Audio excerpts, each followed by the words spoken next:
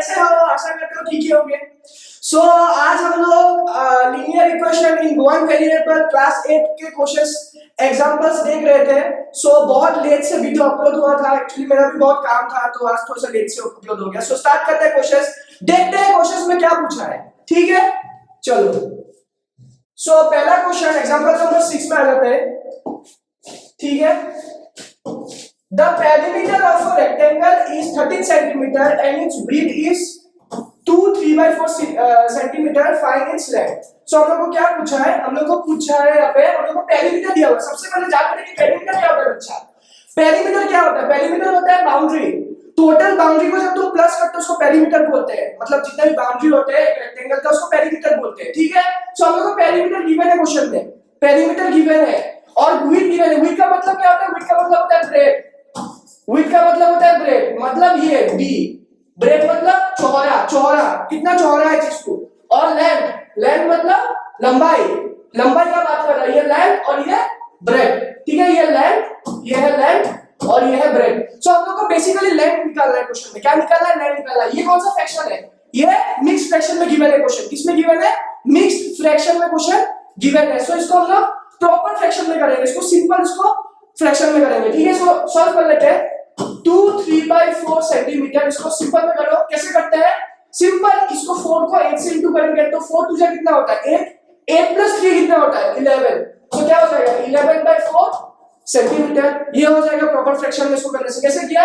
ये नीचे वाले को 2 के साथ इंटू किया तो कितना आया? 4 2 जा 8, 8 प्लस 3 कितना हुआ? 8 प्लस 3 हुआ तुम्हारा 11। सो 11 बाय नीचे क्या है? 4, तो 11/4 सेंटीमीटर। ठीक है, तो हम लोग को लेंथ निकालना है। सो फर्स्ट ऑफ ऑल हम लोग लेंथ को कुछ एक एज्यूम कर लेते हैं।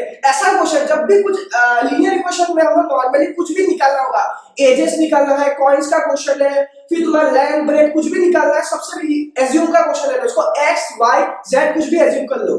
ठीक है, सो हम लोग एज्यूम कर लेते हैं। सबसे पहले हम लोग को पता है, हम लोग को विड्थ कितना गिवन है? विड्थ क्वेश्चन में विड्थ कितना है? विड्थ गिवन है तुम्हारा 2 3/4 सेंटीमीटर। इसको अगर सिंपल में करना है तो कैसा आ जाएगा? 11/4 सेंटीमीटर ये हो जाएगा। So let's suppose let the length be L. L पकड़ लेते हैं, लेंथ को क्या पकड़ लेते हैं? एल पकड़ लेते हैं। ठीक है बच्चों, सो अभी सिंपल, अभी हम लोग को क्या पता है? यहाँ पे एक रेक्टेंगल में कितना लेंथ होता है? दो लेंथ होते हैं, दो लेंथ, ऊपर वाला और नीचे वाला, दो लेंथ होता है। और ब्रेड कितना होता है? 1 2, मतलब 2 length plus 2 bread. 2 length plus 2 bread, मतलब 2 लेंथ और 2 क्या होता है? ब्रेड होता है। ठीक है, सो 2 लेंथ प्लस 2 ब्रेड। अभी आपने 2 क्या हो गया? कॉमन हो गया, तो 2 को कॉमन ले लेते हो तो क्या आ जाएगा? लेंथ प्लस ब्रेड आ जाएगा।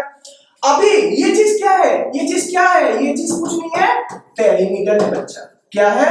पेरीमीटर है। ये पेरीमीटर का फॉर्मूला है 2 into length plus bread. 2 length और 2 ब्रेड। इसको 2 को मैंने क्या कर दिया? 2 लेंथ और 2 ब्रेड में 2 को क्या कर दिया? कॉमन कर दिया।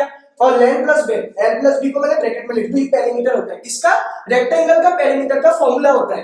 ठीक है, तो इसको सॉल्व कर लेते हैं। 2 लेंथ क्या है? हम लोग को निकालना है। एल हम लोग को क्या है? निकालना है। क्वेश्चन में 5 इंच लेंथ हम लोग को निकालना है। तो लेंथ को एज्यूम कर लेते हैं एल को एल से एज्यूम कर लेते हैं। ओके, प्लस ब्रेड कितना है? ब्रेड तुम्हारा कहां पे है? ब्रेड है तुम्हारा 11/4। याद रखना विड्थ और ब्रेड सेम होता है। 11/4 ले लेते हैं। किसके जगह पे? ब्रेड के जगह पे हम लोगों ने 11/4 ले लिया।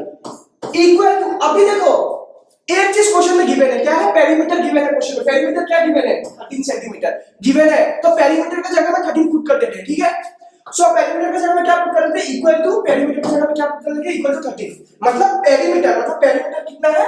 13 है, इक्वल टू 2 लेंथ कितना है? लेंथ ही होगा। लेंथ हम लोग को निकालना है, इसको हमने एज्यूम किया है। प्लस बी, बी के जगह में क्या लिखेंगे? 11/4 लिखेंगे। ब्रेड के जगह में 11/4। ये देखो 11/4। ठीक है, उसको सॉल्व कर लो। देखो सिंपल, कुछ नहीं करना है। ये 2 इसके साथ क्या हो रहा है? ये पूरे ब्रैकेट के साथ क्या हो रहा है? इंटू हो रहा है। 2 लेंथ के साथ भी इंटू हो रहा है और 2 11/4 के साथ भी इंटू हो रहा है। सिंपल, इंटू होने से उल्टा साइड में जाने से क्या होता है? डिवाइड। उल्टा साइड में जाएगा तो क्या होगा? डिवाइड। सो इसको एज इट इज कर लो। 11 प्लस 11/4 का एज इट इज कर लो इक्वल टू 13। ये 2 लेफ्ट हैंड साइड में इंटू हो रहा है, राइट हैंड साइड में जाएगा तो क्या हो जाएगा? डिवाइड। सो 13 बाय क्या हो जाएगा? 2 हो जाएगा। इतना पता है तुम लोगों को। अभी देखो ये भी फ्रैक्शन है, ये भी फ्रैक्शन है। ये दोनों को एक साइड कर दो और लेंथ को एक साइड कर दो। समझ में आ रहा है मेरे बात? यहाँ पे करते हैं ये चीज को, यहाँ पे करते हैं ये चीज को। लेंथ इक्वल टू 13/2 माइनस 13/2 अभी प्लस 11/4 है। क्या है ये पूरा value? Plus 11/4। Right hand side से क्या होगा? माइनस 11/4 होगा। So minus 11/4। So length equal to 2 और 4 का एलसीएम कितना होता है? हमेशा याद रखना जब भी ये 2 और ये 4 2 के टेबल में आता है, सो ये बड़ा नंबर कौन सा है? यहाँ पे 4 बड़ा नंबर है, तो इसी को एलसीएम बोलेंगे। नॉर्मली अगर तुम लोग को निकाल के भी दिखाऊं मैं 2 और 4 का एलसीएम, सो देखो यहाँ पे 2 1 जा 2, 2 2 जा 4, 2 1 जा 2 1, ये 2 और 2 इनटू करने से कितना होगा? 2 2 जा 4। सो एलसीएम कितना हो जाएगा इसका? 4 हो जाएगा। ठीक है, ये जो 2 है कितना सा 4 होता है? 2 जा 2 30 जा कितना हो जाएगा? 26 माइनस 4 कितना जा 4 1 जा, मतलब जो मल्टीप्लाई हो रहा है 4 कितना जा 4 1 जा 1 11 जा 11। Simple. So length equal to कितना आ गया? लेंथ इक्वल टू 26 माइनस 11 कितना होता है? 15/4। 15/4 ही है। हाँ 15/4 ही है। अच्छा 15/4 को मैं मिक्स फ्रैक्शन में भी लिख सकता हूँ, इम्प्रॉपर फ्रैक्शन में भी मैं लिख सकता हूँ। इसको मैं कैसे लिखूंगा? मैं डिवाइड करके दिखाता हूँ। ये एग्जाम में तुम लोग लिख सकते हो। 15/4 हम लोग को निकालना था, हम लोग का आंसर आ गया। अभी क्वेश्चन में देखो ब्रेथ किसमें गिवन है? ब्रेथ हम लोग को इम्प्रॉपर फ्रैक्शन मतलब मिक्स फ्रैक्शन में गिवन है, 2 3/4 सेंटीमीटर में गिवन है। तो इसको हम लोग क्या कर देते हैं? मिक्स फ्रैक्शन में लेके आ जाते हैं 15/4 को। सो इसको डिवाइड कर देते हैं 4 को 15 से। 4 कितना था? 15 नहीं होगा, सो छोटा नंबर सोचो। 4 3 जा कितना हो जाएगा? 12 और इसको रिमाइंडर कितना आ जाएगा? 3। सो याद रखना उल्टा कर देना इसको, 3 आ जाएगा 3 और नीचे में रिमाइंडर क्या है? 3, ऊपर में 3 और बाय 4, मतलब ये चीज 2 रोटेट हो जाएगा। 3 3/4 3 3/4 3 3/4 ऐसा हो जाएगा। ठीक है चीज 2। सो लेंथ हम लोग को कितना आ गया आंसर? 3 3/4 क्या सेंटीमीटर। देखो 4 3 जा 12 12 प्लस 3 15 15 बाय नीचे में क्या है? 4 4। तो आंसर कितना आ गया? 3 3/4 सेंटीमीटर। सो नेक्स्ट क्वेश्चन में देख लेते हैं क्या बोला है। नेक्स्ट क्वेश्चन में आ जाते हैं। सो देख लो, the present age of Sahil's. Notebook में नोट करते रहो, ठीक है क्वेश्चन सर, और साथ में आंसर अगर एनसीईआरटी लेके बैठे हो तो फिर आंसर्स नोट डाउन करने से भी हो जाएगा। ठीक है बच्चों? ओके।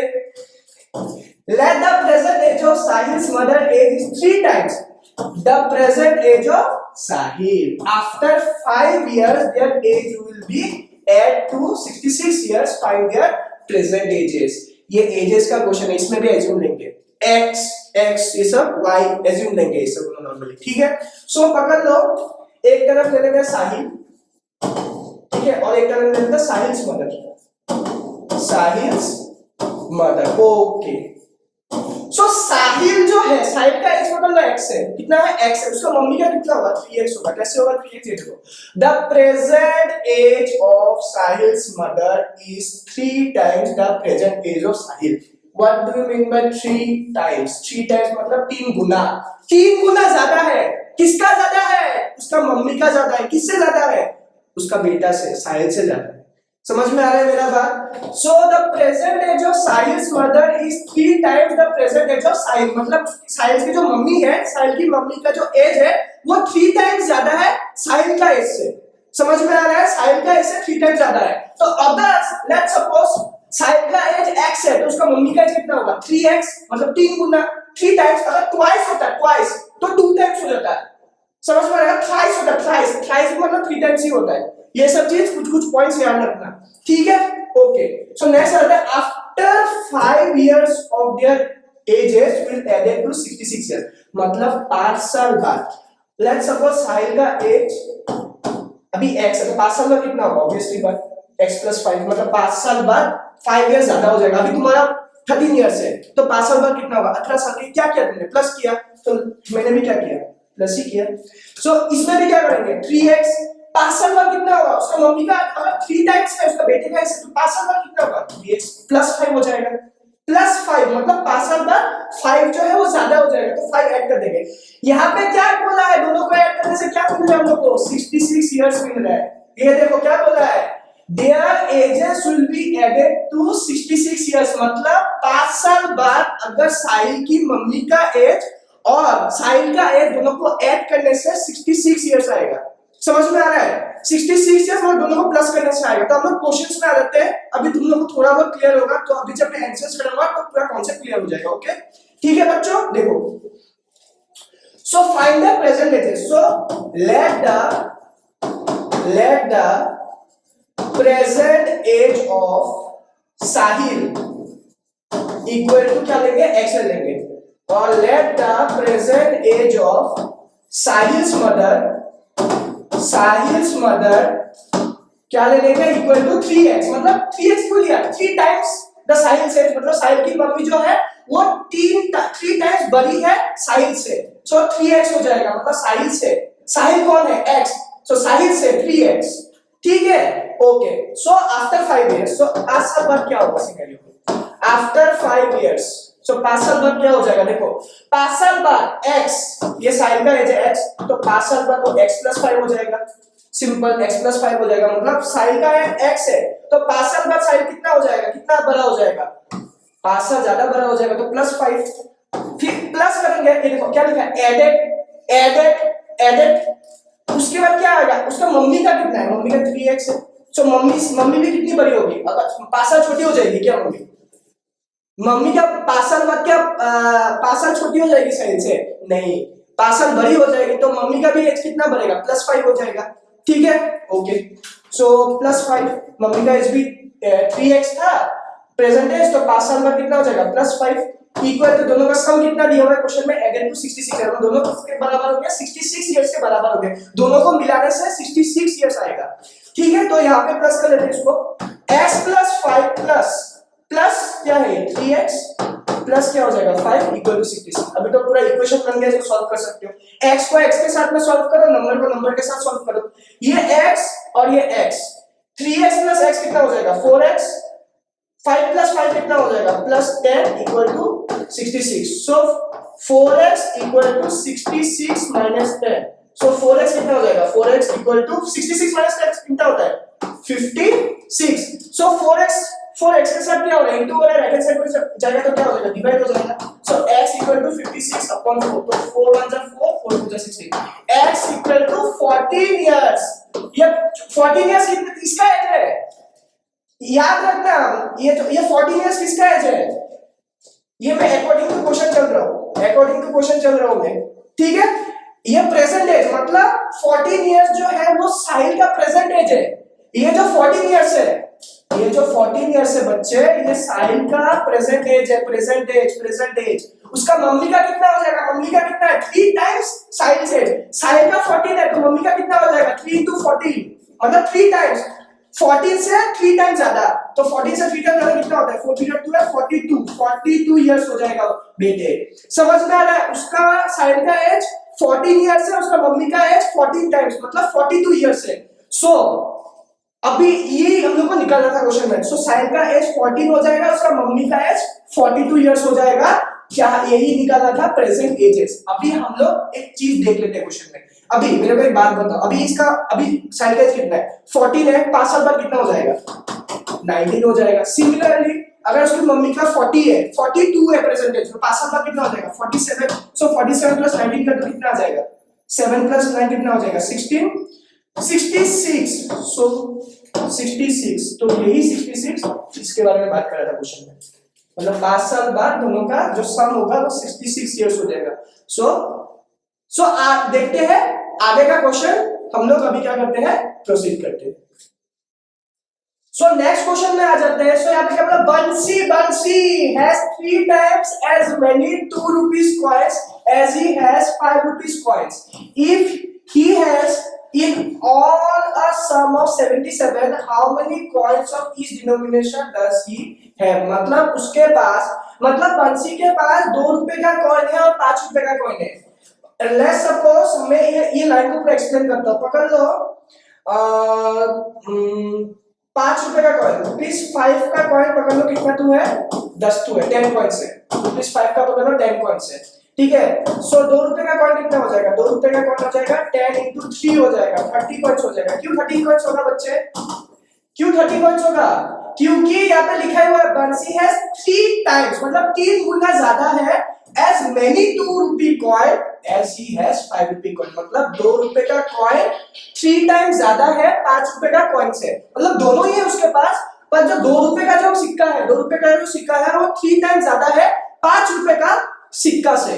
ठीक है, सो लेट्स सपोज अगर 5 रुपए का 10 कॉइन्स है उसके पास, मैंने जो एग्जांपल लिया, लेट्स सपोज 5 रुपए का 10 कॉइन्स है उसके पास, सो 2 रुपए का कितना हो जाएगा 10 into 3, सिंपल सा फंड है, मतलब 10 into 3 क्यों क्या हो 3 टाइम्स, मतलब 3 गुना ज्यादा है, सो 10 into 3 कितना हो जाएगा 30 कॉइन्स हो जाएगा। सो क्वेश्चन पे आ जाते हैं, अभी देखो अभी क्वेश्चन में क्या बोला है तुम्हारा, how many coins of each denomination does he have, मतलब उसके पास 5 रुपए का कॉइन कितना है, 5 रुपए का कितना सिक्का है और 2 रुपए का कितना सिक्का है, वही क्वेश्चन में पूछा है। ठीक है, अभी हम लोग निकालते हैं।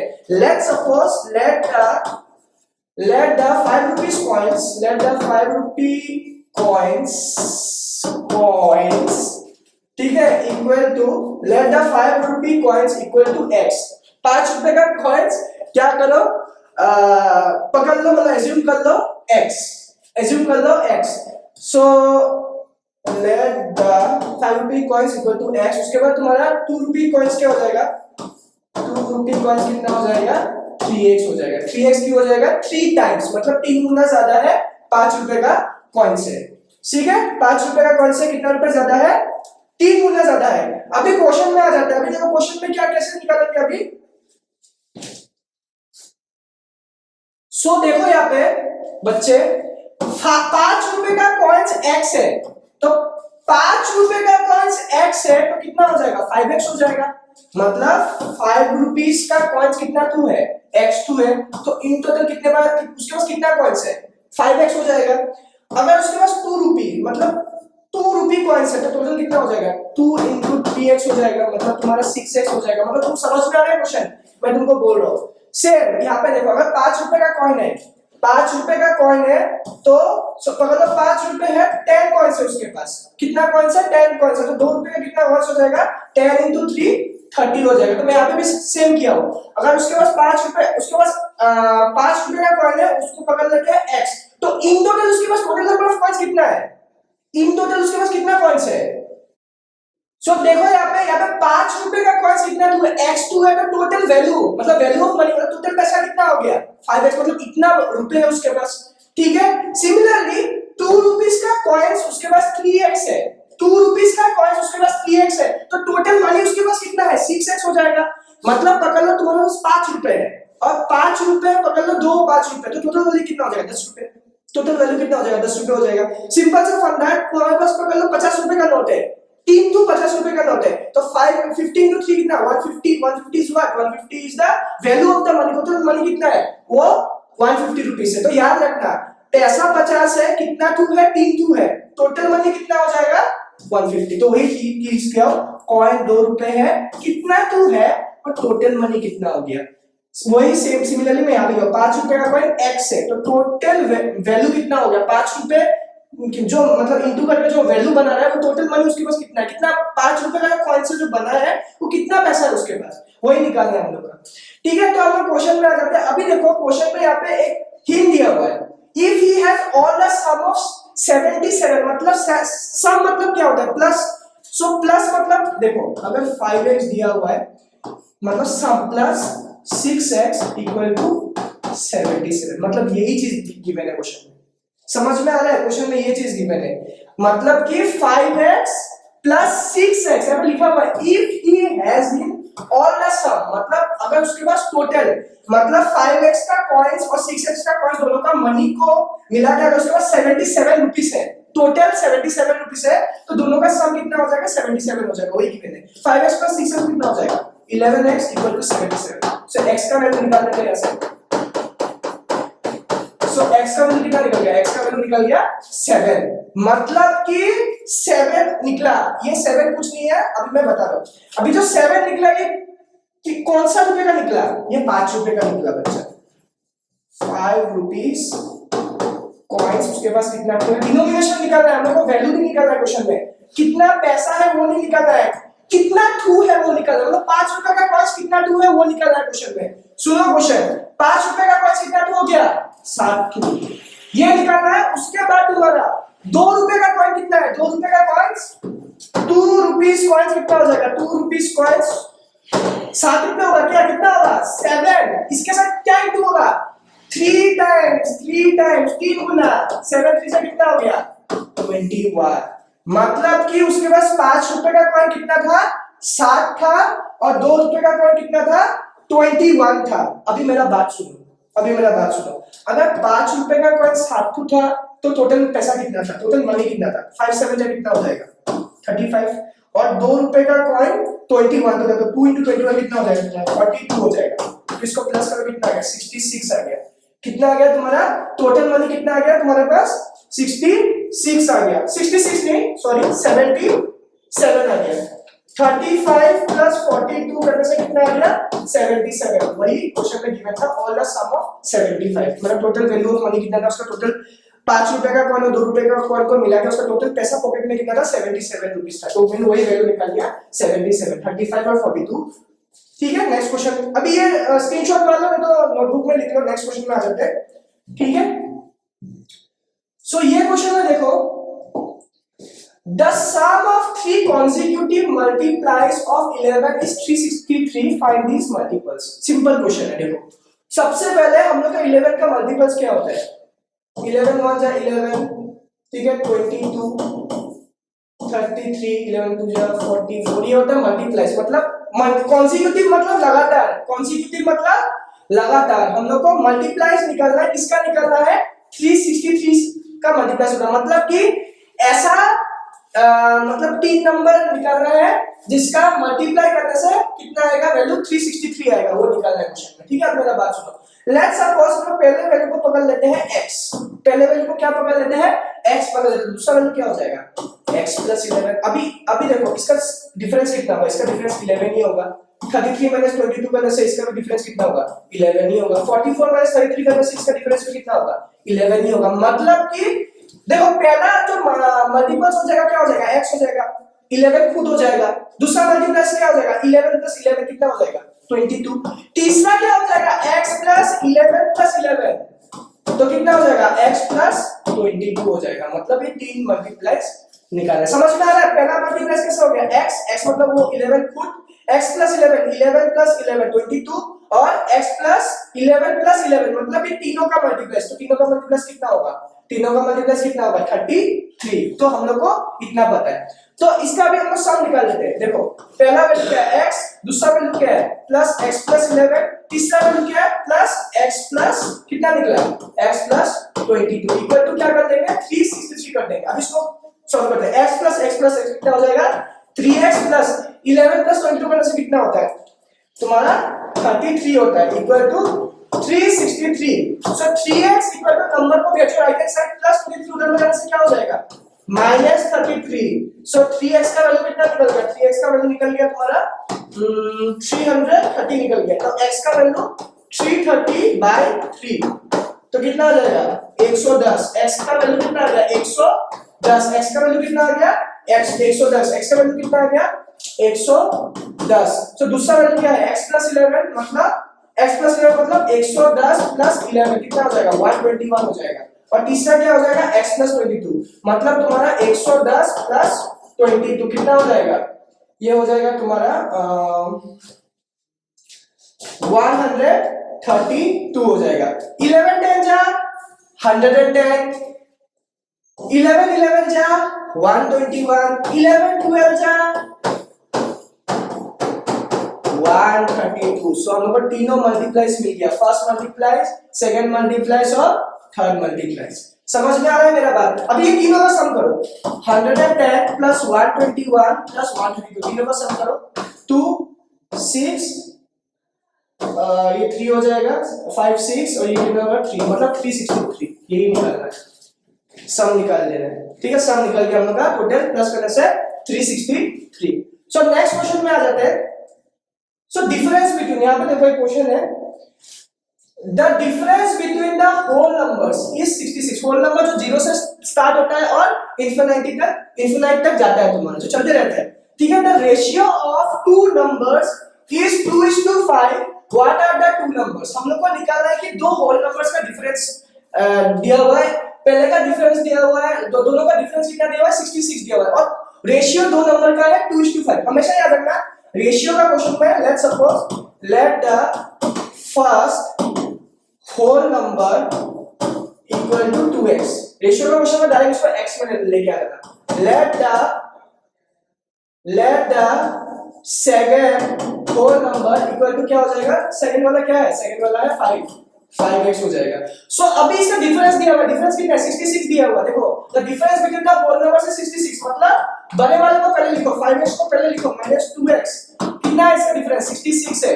सो इसका डिफरेंस कितना हो जाएगा 3x इक्वल टू 66, x का वैल्यू निकाल लो, x का वैल्यू कितना हो जाएगा 66 अपॉन 3 22। सो x का वैल्यू कितना आ गया, x का वैल्यू आ गया तुम्हारा 22। अभी x का वैल्यू 22 आया तो 22 आंसर नहीं है, तुमको पुट करना है, हम लोग को फर्स्ट होल नंबर निकालना है। सो 2x मतलब क्या हो जाएगा 2 into 22 कितना आ गया 2 to the 4 2 to the 4 44, और दूसरा वाला 22 into 5x मतलब 5x में पुट करना है। 5x मतलब 5 into 22 कितना आएगा 5 to the 10 0 1 5 to the 10 11 110। तो दोनों को माइनस करो, 110 को 44 के साथ माइनस करो, कितना आएगा 6 6 66।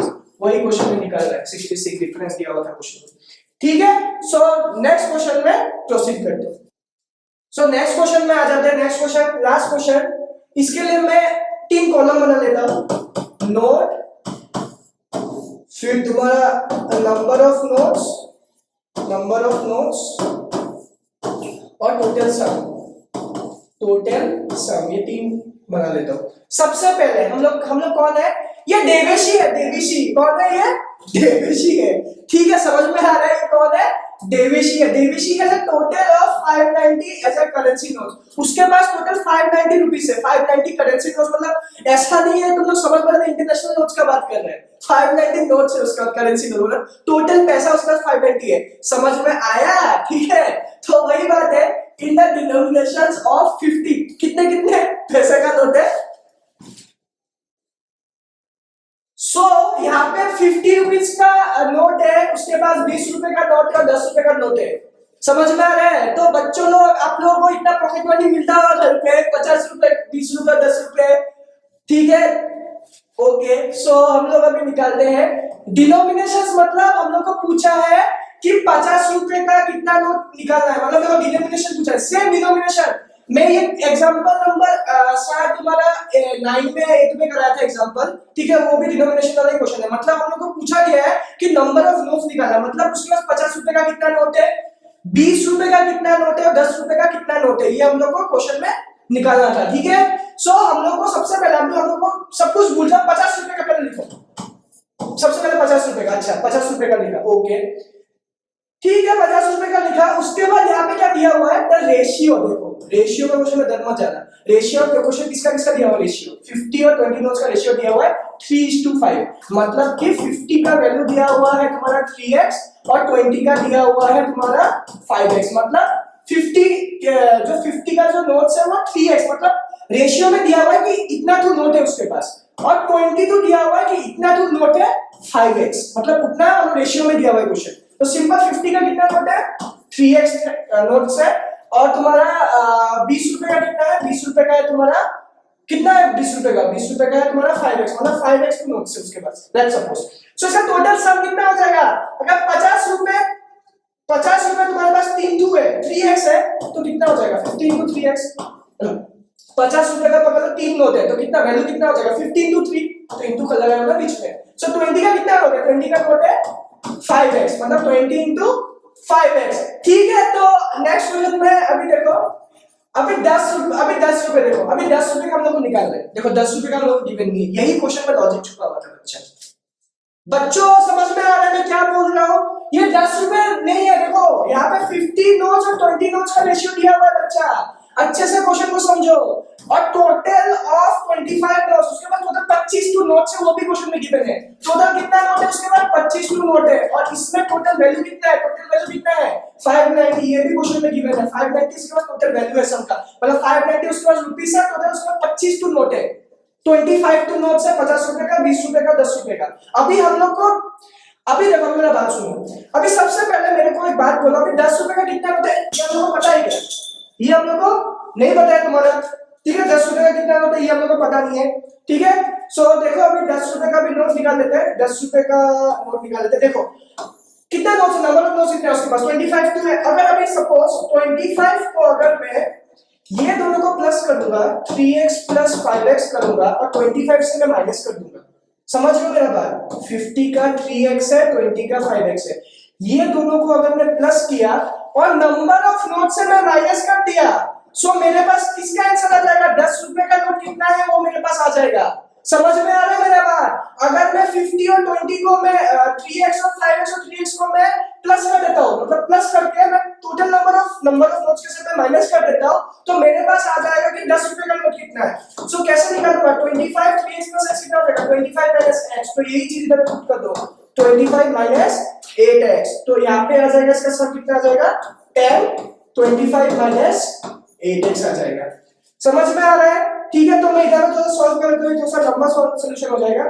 अभी देखो इसका सम, अभी इसका सम करेंगे, 50 into 3x कितना नोट है, प्लस नेक्स्ट कितना है 20 into 5x, 20 into 5x plus 10 into 25 minus 8x equal to इसका सम कितना है 590। इसको इंटू करोगे, 50 into 3x करने से कितना होता है 150x प्लस 20 into 5x करने से कितना होता है 100x प्लस, अभी मेरा बात सुनो बच्चा, ये 10 25 से भी इंटू होगा, 10 8x से भी इंटू होगा, ऐसा करके मत करना, 10 25 से इंटू करके आ गया बस 8x को छोड़ दिया, ऐसा मत करना।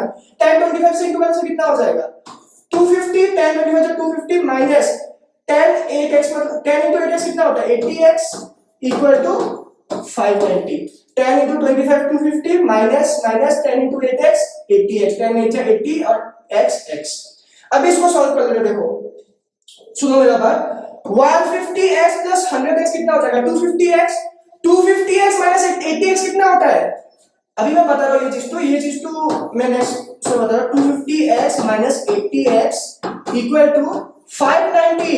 अभी नंबर को नंबर से काटेगा, 250 दोनों में लेके चला जाओ, माइनस 250 हो जाएगा, ठीक है। माइनस क्या हो जाएगा तुम्हारा 250 हो जाएगा उस साइड में, ठीक है, वो मैं नेक्स्ट में लिख दे रहा हूं। अच्छा 250x माइनस 80x करने से कितना होगा तुम्हारा ये हो जाएगा 100, कितना हो जाएगा 250 माइनस 80 करो कितना हो जाएगा 0, 5 माइनस 8 कितना हो जाएगा तुम्हारा 7 और ये हो जाएगा तुम्हारा 1, मतलब 170x, 170x equal to 590 minus 250, 590 minus 250 करो, 590 माइनस 250 करो, 0 9 माइनस 5 कितना हो जाएगा 4, और ये कितना हो गया 9 माइनस 5 4 हो जाएगा, और 5 माइनस 2 कितना हो जाएगा 3, सो 340। सो x का वैल्यू निकल जाएगा इससे 340 अपॉन 170, सो 0 से 0 काटो, 17 कितना था 34, 17 2 जा 34, x का वैल्यू कितना आ गया, x का वैल्यू 2 आ गया।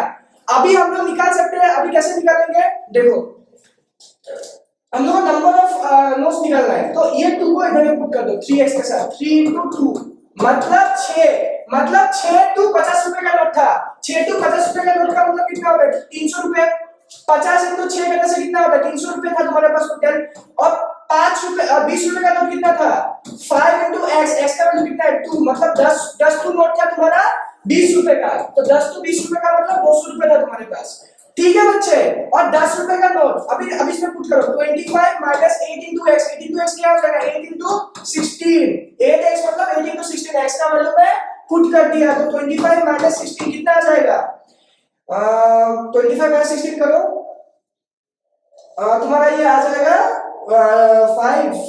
25 माइनस 16 करो, ये 19 कितना आ गया तुम्हारा 9 आ गया तुम्हारा, कितना नोट से 9 नोट से, कितना रुपए का 9 नोट से 10 रुपए का 9 नोट से, तो 9 से कितना हो जाएगा 90, टोटल प्लस करो कितना आ गया बच्चे 300 प्लस 200 590 आया, 590 आया, 590 आया, टोटल 590, मतलब टोटल 590 उसके पास था पॉकेट में।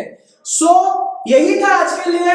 So like share and support कीजिए, और जितने आने वाले वीडियोस में जल्दी आने वाला वीडियो आ जाएगा।